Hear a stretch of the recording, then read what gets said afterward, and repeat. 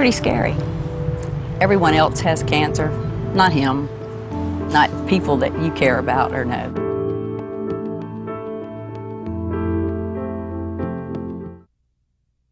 Hey everybody, and welcome to Hak5 episode 6. As always, I'm Wes. I'm Darren. And well, this episode's gonna be a little truncated between the whole moving thing and the holidays and just this, that, and everything else. Time kind of ran out. Yeah, I know. Yeah, what's happening is we are moving out of the apartment into a nice, beautiful new house, and we are so excited to be getting out of these cramped quarters and finally getting everybody at Technolist Productions under one roof. And it's kind of, interesting to be saying goodbye to the, hey Kirby, to the studio. Yeah, the studio as it is, yeah. But we will be bringing you Studio 2.0 and all its glory. Hopefully we have it all set up by the time we're shooting for next month's episode. You just might see, the evolution of new set throughout filming. New set, new studio, very excited. Going live to tape, that's going to be a blast. Yeah, that's going to be awesome. And that's actually what we're talking about in this episode. It's just going to be one really good segment on the video production station. So many of you were so interested in it after the live show. Hey, we'll give you what you want. And I think Kirby is going for the new position as awesomest IPTV kitty, so Lab Rats, Biff and Boo, eat your heart out. We will see you on the other side.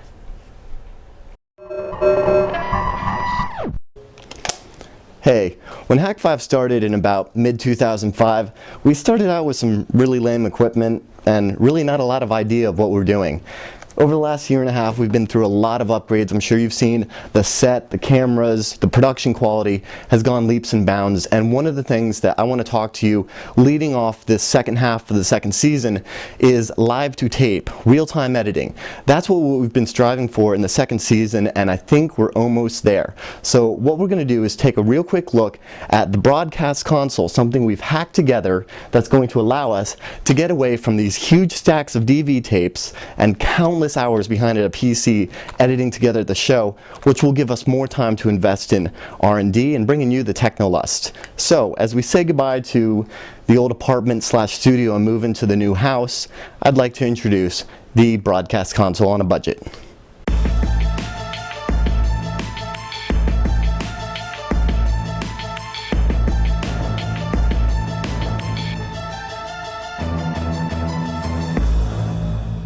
You know what? I'm going to head over to dreamhost.com, get me a website where I can use the coupon code HAK5 to get me $25 off.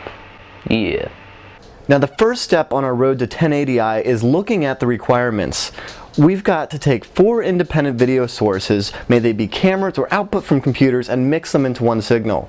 Now, we could of course go and purchase an all-in-one solution from New Tech for a couple $1,000s, or with some ingenuity, hack one together with off-the-shelf parts and a lot of patience. Now the brains behind this live video editing behemoth is the Edirol V1 video mixer.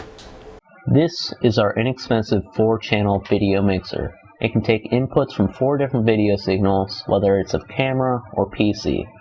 With it we can do wipes, fades, picture-in-picture, and keying out our CG elements, which comes in handy for when we're doing lower thirds during live events.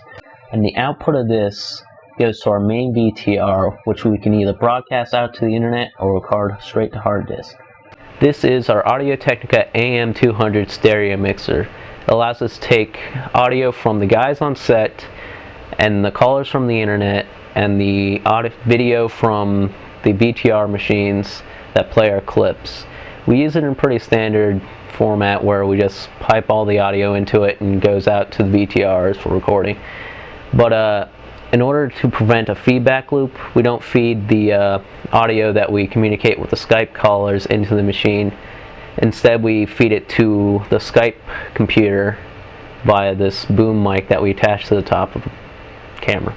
Here are our preview monitors. They're just plain old overscanned televisions that we use to see what we have before we put it out to the program monitor. The difference between these and what you would see in the professional setup is that these are overscanned, the professional setup is underscanned, and it has a price difference of $60 to $800.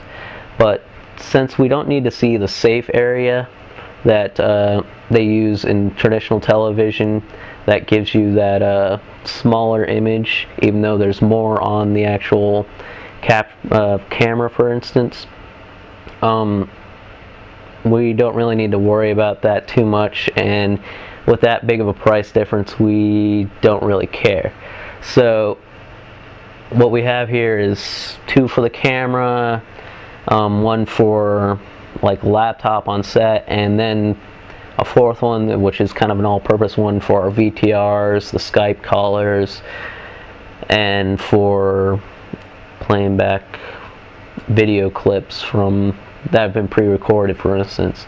And then it all gets output through the video mixer and onto the program, which is what you would see, for instance, during a live show, or what would be recorded to the hard drive. So now that we've got our video signals coming into our video mixer, we've got our audio signals coming into it, we've got a huge wall of preview monitors so we can see what we're doing, it's time to glue it all up. And there are 3 essential components that make this happen, and those are the VTRs, or videotape recorders. Essentially, it's just any electronic device that'll record a video signal or play one back, and there are 3 ones with 3 distinct jobs. The first one is the main VTR, and that's used to accept the video signal coming out of the program of the video mixer and either record it to disk using Sony Vegas 6 or broadcast it to the internet using IceCast. That's our video mixer, or I'm sorry, VTR 72, and it's just an Athlon 64 box with a Radeon 7500 all-in-wonder, and it just accepts it in through the S-Video. Now the second VTR is used for playback of pre-recorded clips, whether they be bumpers, rejoiners, sketches, or ads, and that's this machine right here. Now it also doubles as the character generator. Now that's used to actually put text on the screen, you know, the lower thirds that you see when there's a caller or when we're explaining something and there's a URL. That's all entered in here in Sony Vegas, and then the output of this laptop, it's just using the S-Video that comes out of it as if you were going to like a projector or a television as an extended desktop, and that displays the program of say Sony Vegas 6 or 7, one of those. Now the other thing that this does is actually acts as our call queuing machine. We use Skype to bring in live callers, and we'll take the video signal from Skype and actually export it into its own little window and just drag that over to the program, I'm sorry, to the preview monitor of this VTR. And that's how we can actually see the Skype callers, get them in a picture-in-picture. So that's basically what this VTR does. And the third VTR is the one that will do the archiving. So if we're doing a live show, we're using the main VTR to do the broadcast to the internet. We're using this one to bring in the callers, to bring in the CG elements, and to play the bumpers, the rejoiners, and ads and sketches. And we need something to actually archive this to tape so that if you missed the live show, you can still see it later on the website. So for that, we're actually using the only VTR that is actually a videotape recorder, and that's just this little. This is camera 3. Unfortunately, it had a little accident. I guess this is the 3rd camera we've killed on the show now. Its focus motor died, so it's not very good at recording, you know, any video that's in focus through its lens. But in VTR mode, we can still accept a video signal, S-Video, record it to disk, or I'm sorry, record it to tape, and then later after the show, we'll just dump the footage off the DV tape into our main VTR, encode it, and send it out so you can watch it if you missed the live show. So those are the VTRs. The only thing real exciting or interesting about these is the naming conventions. The main VTR is 72. Our CG Elements one, the one that does the Skype callers and the pre-recorded material, is 71, and the one that actually archives, the only one that takes tape, is 73. Those numbers are kind of an homage to Call for Help. That's Leo's show on G4 Tech TV, and we've been very thankful to be regular guests on that show. And really, before we did that, we had no idea how real television was produced. It was our first experience doing real television, and they do live to tape, and it's kind of what's inspired us to do live to tape here or live to the internet with the IceCast. So we're very thankful to have had that experience, and we've become fast friends with all the people in the control room, and it's kind of been one of the things that have inspired us to build this thing. So they actually use VTR 71, 72, and 73 for playing pre-recorded clips, or their CG elements are actually recording their show. So we thought it would be fun to kind of use the same naming convention here in-house. So anyway, those are the VTRs that make it happen. That and the Paul, which we need more of.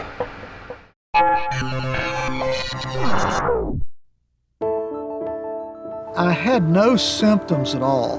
The physician who was doing my flight physical found what he thought was a small lump on my prostate. He'll fly in today, be treated this afternoon, and fly back tomorrow morning. It was pretty scary. Everyone else has cancer, not him, not people that you care about or know.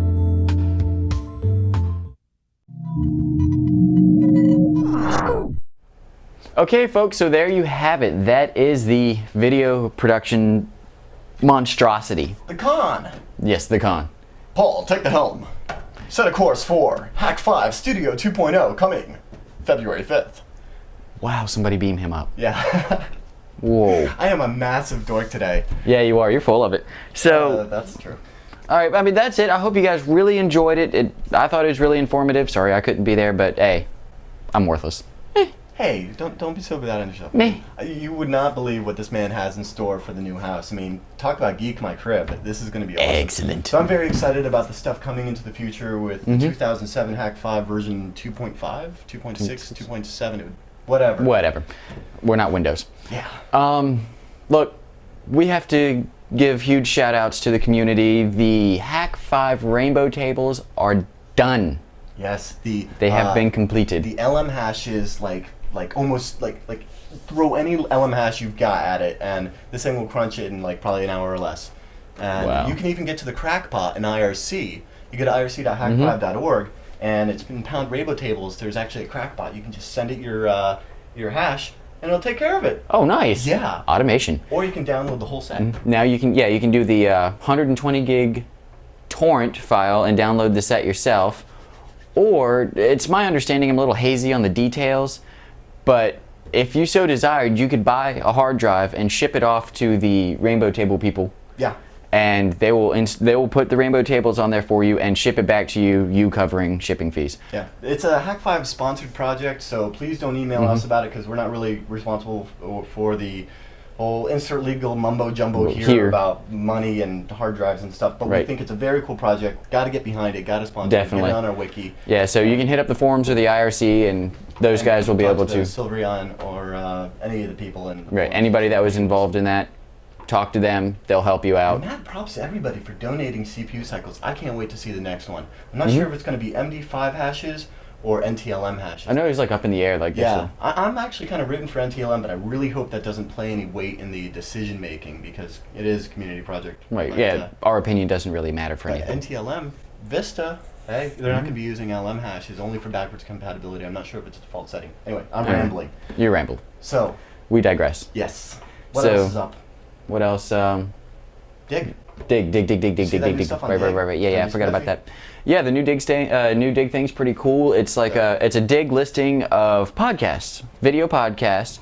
So, instead of Hak5 just appearing in the technology forums every time we release, there's actually the Hak5 podcast dig thing. And you can watch it right on the dig site. You can dig your favorite episodes. So the top 10 best episodes of Hak5 show up in the little list when you choose our thing. I think we're at the top of the second page right now. But yeah, we're second from the top on the second page. But you guys can get us up there. Dig the mess out of it. Get us on the first page. Woo. Yeah, first page. Yeah. It's almost like first post. Yeah, that would be our moving in gift, since you guys can't send us liquor, potted plants, or potted plants doused in liquor.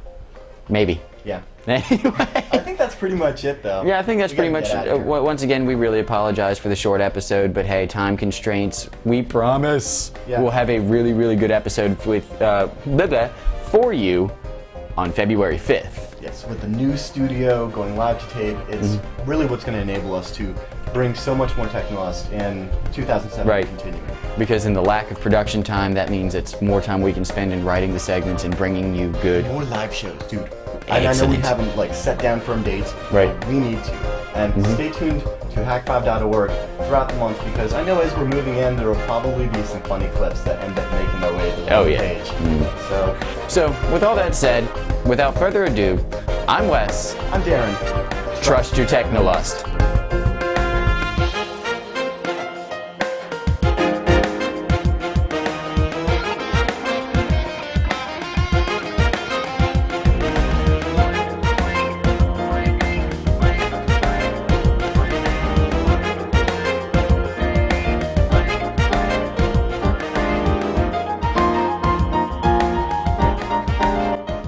And it's using an all-in-wonder card, I'm going really fast and forgetting to breathe. And breathing is very important when you're trying to do television. Television is happy. Are you zooming? You're zooming in on me. Stop it. I don't like that. I haven't shaved. I have no fingers! I know. So it's Yeah, go ahead, punch it again. no.